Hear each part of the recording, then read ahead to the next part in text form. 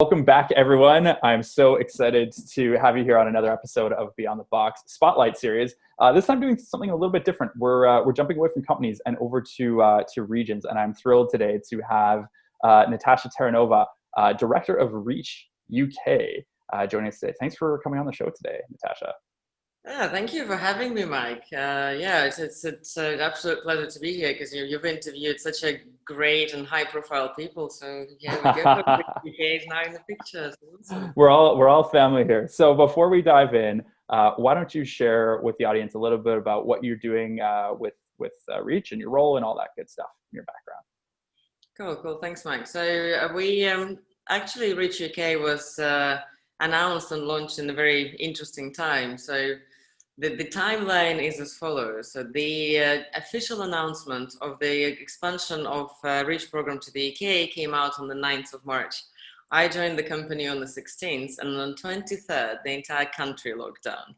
So I tend to joke every now and again that we're an ultimate child of COVID, and we are constantly running a digital marathon because we managed to connect the entire ecosystem and create great partnerships with absolutely amazing organizations that would add so much value, not only to the program participants in our region, but that could be, trickle down sort of within the value chain on the for the global program participants too. So it certainly has been an incredible time.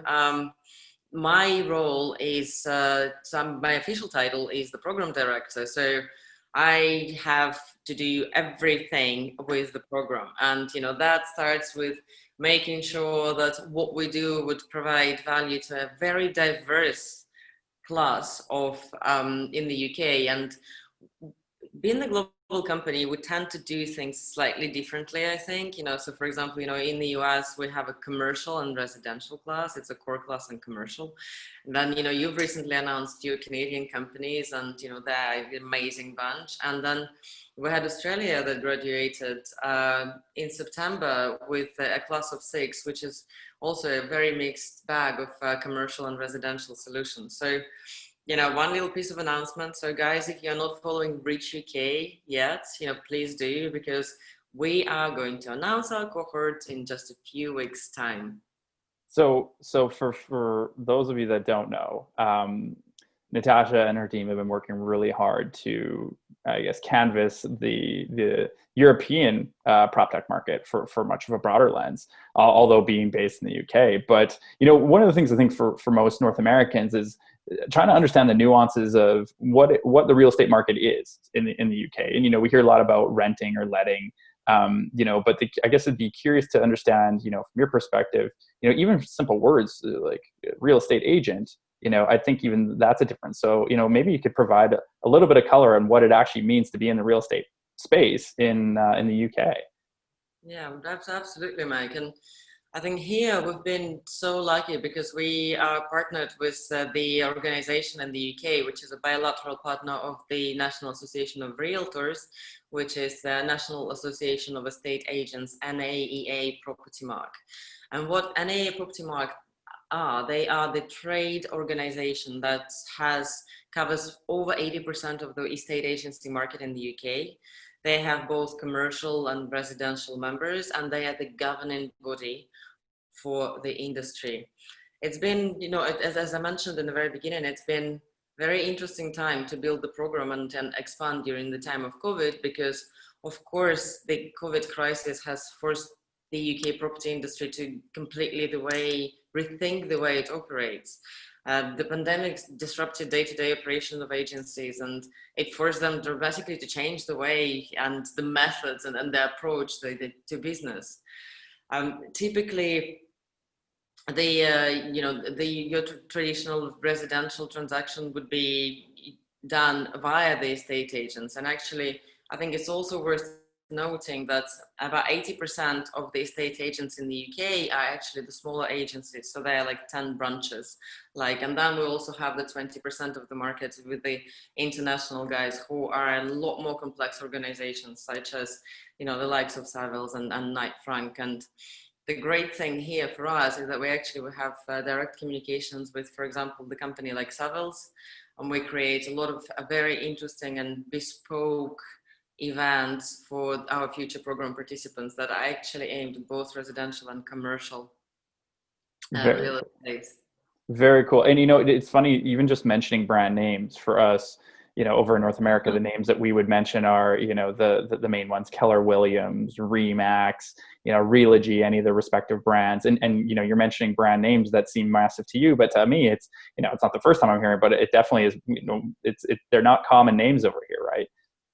Yeah, absolutely. And I think, this is the beauty of actually what we do as, as a global organization. So, and this is for you and I, even having opportunity to have this conversation, it's a huge opportunity to learn. And I hope that there will be value in, for the audience who will be listening to that. So I'll give you, I'll just expand, for example, a little bit more on the Savills. They are one of the biggest estate agents in the country. They actually have international presence, Mike. Okay. Maybe room for growth in Canada. I don't know. Of course, they were, yeah, they actually, they are in the US and they are quite active in the US, but of course, I think that they would have to compete with the local brand names there. So the way we work with them, with this organization, we work with the emerging technology department, or on digitalization. So they've been looking at a prop tech as an area of interest, of course, because what they see and the potential they see that the property technology can give them is the not only from the commercial side in terms of managing the portfolio and creating efficiencies, but also from the residential side and on the transactional side as well. And hopefully when we announce our class, we will have the solutions that that will cover Well, both. and that's a really nice segue kind of into the next part is, what are those trends that you guys are watching? So, being Reach UK, you're identifying who those players are on those key trends. What are you seeing, and where are you trying to position for the future as you're looking at the trends in the prop tech space? It's an interesting question, Mike, actually, because we've closed applications back in September. We had over 100 companies going through the door, and this process, I couldn't have been more pleased with the turnout and the quality and the quantity of the applicants that we saw through the door. And of course, we want to work with we function. Our philosophy is the market practitioner at heart, and and there's a huge and massive focus on it. And we worked with Mark Hayward, who is the CEO of National Association of Estate Agents, to make sure that what we're doing here and our selection process would match the genuine need of the industry. There's a number of solutions that we saw that is specifically aimed at creating more transparency within the quite a lengthy and what is quite often thought of inefficient transaction process that would sort of, join all of the dots within the legal and, between the developers and the estate agents and the legals, and, also improving the journey of the person who buys the house, is if we're talking on the residential in very layman's terms. I also see a lot of very exciting technologies in IoT data, machine learning space, that's ultimately not only it allows the savings on capex, but it also provides the capabilities for management, facility management and valuations never seen before. And I'm not even touching on the wider ESG impact, because, in terms of, and I think, this is what I'm passionate about, because I'm coming from the clean tech space, is that, when we're talking real estate, the first things that comes to mind, this is the biggest asset class. It's one of the biggest industries around the world. It employs millions of people, and it consumes 40% of the global energy, and it's also the biggest polluter of CO2. So there's a lot of technologies that come in, that has very clear operational benefits, but they also come, with a host of ESG benefits, long-term benefits, like the energy savings or operational efficiencies and things like that. And so let me just stop for 1 minute. For those of you who don't listening, what is ESG? And then we'll jump back on this. You know what? Every time I'm asked about ESG, I also want to do a YMCA, but I don't know. You can do this. This is video. Feel free. I don't know how you do the E. Absolutely. So ESG stands for environmental, social, and governance. And this is typically, what is this used now? Is a blueprint on how you evaluate certain technologies. And there's a huge part in the investment world on starting to incorporate ESG elements in the investment strategy, because we all know that climate risk is a financial risk. So the environment, typically, I'm not a big fan of this term because it's very corporate and it's just a reformed CSI, which was a corporate social responsibility, but it really needed some additions after a few big scandals. So I typically talk about sustainability, and which has three key pillars, and it's economic sustainability, it's environmental sustainability, and social sustainability. Got it. It's very, that's the way I look at it. And we actually, probably helpful also to note, we were the first region of Reach to include the ESG section in our application forms.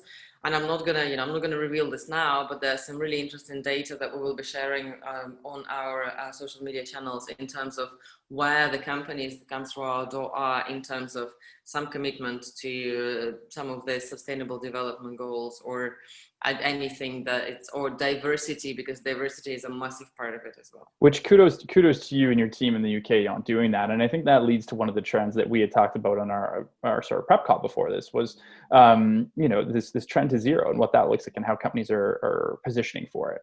Mm-hmm. Yeah, so one of the biggest trends that we see in the UK is the road to net zero, because there's a number of largest real estate service providers that made a public commitment to achieving net zero goals earlier than 2050, and there's a number of technologies that are helping that. So when I talk about things like IoT and artificial intelligence and data, I think the prism that I personally look through it is how these can improve the environmental footprint that the built environment has. And that there's so many exciting tech in that space. And I mean, it's very interesting because I think the entire definition of prop tech is actually quite interesting, because as I mentioned, coming from the clean tech world, sometimes I look at the solutions that which are clean tech, the energy savings or energy monitoring, or the other solutions in that field. What are they? Are they prop tech or are they clean tech? Yeah. And that's what gets me excited, is when it's something on such an intersection of both of this. And actually, if you still let me speak, there's one company that gets me particularly excited from the US cohort. It's APR squared. And recently these guys have just completed the pilot project with one of the largest or the biggest providers of commercial real estate in I think North Carolina, covering 100,000 square feet with solar panels, which provide up to 75% of annual energy consumption of the buildings. Isn't that great? Well, and I think this is the interesting part for people, is that you started this conversation saying the practitioner is always at heart, and it's the same for us.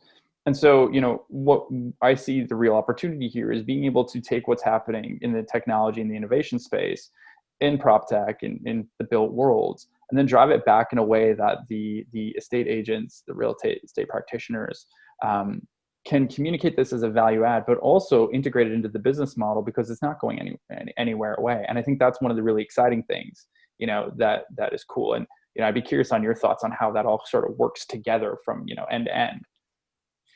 I think it's a great question, and that's probably one of the things I also said. It's solutions like that. Not only they provide a very clear benefit on the ESG side, but it has a massive angle for the market practitioner, because and the first one is going to be capex savings. So, right. This is operational. This has a direct impact on operational costs. So if you are managing the buildings, with the renewable sources, for example, the cost of operating that is going to be much lower than the traditional energy. So that's if that answers your question, that would be first thing, or how I would approach it when I would be talking about the technologies of this caliber with with a market practitioner, like estate agencies here in the UK or a realtor in the US. Yeah, that's exactly right. And that's kind of where I was going. I think, that dovetails into the next part is, for for the estate agents and for the real estate practitioners that want to be more involved and understand a little bit more of this intersection of technology and prop tech, it's understanding how that all works together. So I'd be curious, from your perspective with Reach UK, how are you guys engaging with the real estate agent right now? And are there other opportunities for them to become more engaged as you go forward? Absolutely. And one of the things I actually really love about what we're doing, that our program has such a bespoke nature that I can, this, and I think across the board, we do believe that one size does not fit all. Not only that relates to the technology that we represent, but it also relates to the diversity of the different types of management of organizations that are coming to us and may be the part of the National Association of Estate Agents. So one of the things that I'm really excited to start offering to our program participants when we kick off the program in February are the bespoke meetings that we create with the National Association of Estate Agents, giving them the direct access and hopefully which would really help them to understand, the mindset and the management of the companies. So what I'm talking about is a good example of that would be a specific meetings that is organized with National Association of Estate Agents and Reach UK, where they would have a certain number of professionals involved in that and creating this something along the lines of workshop where the problem is communicated by the industry to a potential solution provider. So it's not one-sided. And I think we've also heard through the number of conversations with NAA that there's a little bit of a prop tech fatigue setting in because they constantly pitch it, and there's so many solutions that are pretty much trying to fit the square peg into a round hole, and it's gonna fit. It's gonna fit. Yeah, and then and these guys, their attention span is quite, I think, is quite short because they are busy with what they have to do, and of course they're going through the time of COVID as well. So given or creating this sort of linking the industry to the potential prop tech solution is what we are all about here at Reach UK. Love it. And I think, the cool part is it benefits both ways. It benefits not just the practitioner and getting in front of the companies, but the companies then have an opportunity to see how their product really resonates with the practitioner on the ground and how perhaps there's different ways that they could make it better, monetize, all those good things. Which leads me to sort of the next and sort of final part of this conversation is, we're in really interesting, trying times right now, but there's things to be optimistic about and there's things to be cautious about. So, from your chair right now, what are, one or two of the things that you're most excited or optimistic about in the UK prop tech market, whether it be about your program or anything right now? And then following up with what are the one or two things that you're kind of cautious about and watching because it could impact things going forward? Well, I think, the last few months, not only for me, but, for the rest of team Reach UK, we've been eating, living and breathing the program. And, the number of connections and the number of parties that we've managed to connect who are willing to work with us and work with the companies that we will bring on board is super exciting, Mike. I mean, I can't wait, to announce the class. Just tell me right now. No. No, I'm going to be sitting in that for a little bit longer. No, that's very exciting. And actually, one of the things that also makes me, it's fantastic to be a part of the relationship between the NIR and NAA. They signed this bilateral partnership agreement a long time ago, and we are coming also, sort of linking this relationship as well. So what I'm most excited about is a diverse number of technologies that we can bring in the program and how we can help them sort of, in a very sort of bespoke and individual level. And we have such a rich ecosystem here. We are part of the UK Green Building Council. We collaborate very closely with Green Business Angel Syndicates. There's a very exciting partnership in academia, which is coming out very soon.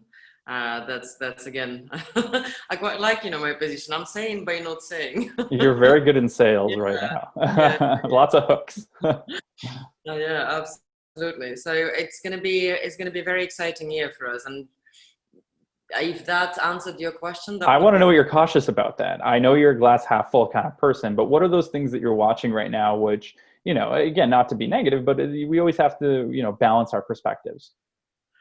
In terms of, what I'm massively cautious about, one of the things, and I think everyone is in the same boat, one of the things I really want to bring to the program, and, that's what actually Reach was built on, is socialization. And at the moment, the visibility of in person or any sort of light at the end of a tunnel is just not there. So, and that impacts so many things that we do. It impacts the way, our program partners and our program sponsors are operating. It would massively impact the things on the side of the technologies that we work with. So I think, my biggest probably worry at the moment is how, the longer term impact this all may have on things we do.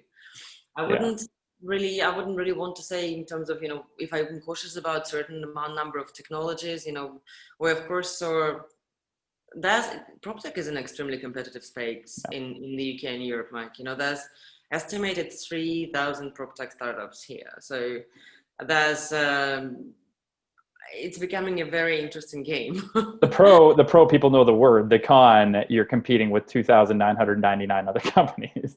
yeah, absolutely. And each and every space is getting more and more competitive, actually. So that's I think, I think there's going to be a little consolidation in the market, actually. And that's, go ahead. Yeah.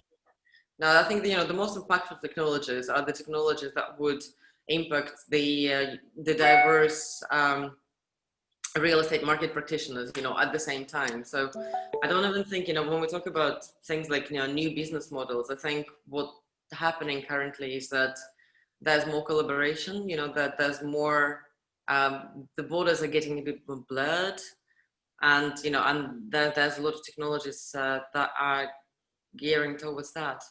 Everything seems to be a Venn diagram where the overlap is getting more and more, and it seems as though there's more circles adding on top of that Venn diagram. At least that's the perspective that I have. But this has been very, very, very interesting. And I think, I've already learned a ton on this, but, just to round things out, Natasha, for those people that want to learn more about either the Reach UK program or to get in touch, what's the best way? The best way, so first of all, we would absolutely love new followers. We are terribly active. We're incredibly active on LinkedIn and Twitter. Yeah, on LinkedIn and Twitter. So, please do follow us. Our doors are wide open for community, for communication. So you can get in touch with me directly. There's I'm also on LinkedIn. I can also provide you a few things that people can just click after this. Perfect. Yeah, that would be great. We'll put that in the comments below. Okay. Awesome. I love technology for that. Well, this has been so great, Natasha. Thank you for sharing your evening, my morning with us in the different time zones here. And look forward to seeing more of what Reach UK and Natasha is cooking up over there. You've got lots of exciting announcements coming. I can't wait to be a part of it. So thanks so much for coming on the show. Thank you. Thank you, Mike. Thanks for having me.